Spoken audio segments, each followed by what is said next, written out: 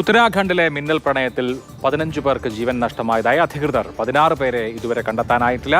സംസ്ഥാനത്ത് ഇന്നും അതിശക്തമായ മഴയ്ക്ക് സാധ്യതയെന്ന് കാലാവസ്ഥാ നിരീക്ഷണ കേന്ദ്രം മുന്നറിയിപ്പ് നൽകിയിട്ടുണ്ട്.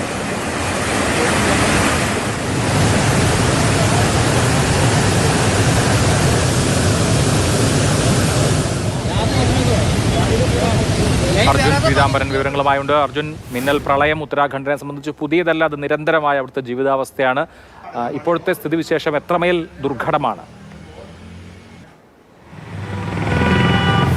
അഭിലാഷ്, ഉത്തരാഖണ്ഡിൽ പ്രത്യേകിച്ചും ഡെറാഡൂണിൽ ഇപ്പോൾ മഴയില്ല. പക്ഷേ കഴിഞ്ഞ ദിവസത്തെ മഴക്കെടുതിയുടെ നാശനഷ്ടങ്ങളുടെ കണക്ക് അത് പൂർണ്ണമായും എടുത്തിട്ടില്ല. 16 പേരെ കണ്ടെത്താനുണ്ട്. 15 പേരുടെ മൃതദേഹം കണ്ടെത്തിയിരിക്കുന്നു. അതിൽ 13 ഡെറാഡൂണിൽ തന്നെയാണ്.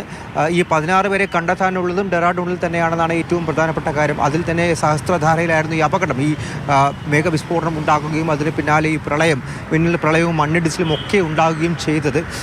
പലയിടങ്ങളും ഇപ്പോൾ വെള്ളക്കെട്ടിൽ മുങ്ങിയിരിക്കുകയാണ്. പ്രത്യേകിച്ചും അവിടുത്തെ ആ താപ്കേശ്വർ ക്ഷേത്രം, അതുപോലെ IT പാർക്ക്, നിരവധി ക്യാമ്പസുകൾ. ഇത് ഈ നഗരത്തിനോട് ചേർന്നുള്ള പ്രദേശമായതുകൊണ്ട് തന്നെ ഈ മഴ വന്നതിന് പിന്നാലെ ആ ചളിയും കല്ലും എല്ലാം ഇറങ്ങി വന്നത് പല കേന്ദ്രങ്ങളും വെള്ളത്തിനടിയിലും ചെളിയിനടിയിലുമായിട്ടുണ്ട്. അതിനൊക്കെ അകത്ത് ആളുകൾ കുടുങ്ങിക്കിടക്കുന്നുണ്ടോ എന്നുള്ള സംശയം. കാരണം 16 പേരെ കാണാതായി എന്നാണ് ഔദ്യോഗിക വിവരം. അവരെ കണ്ടെത്താൻ വേണ്ടിയിട്ടുള്ള ഒരു പരിശ്രമമാണ് ഇപ്പോൾ നടന്നുകൊണ്ടിരിക്കുന്നത്. പക്ഷേ ഒരു മണിക്കൂറുകളിൽ കാണാതായി. അതാണ് ഉത്തരാഖണ്ഡിലെ മിന്നൽ പ്രളയം സംബന്ധിച്ച ഏറ്റവും പുതിയ അപ്ഡേറ്റ്.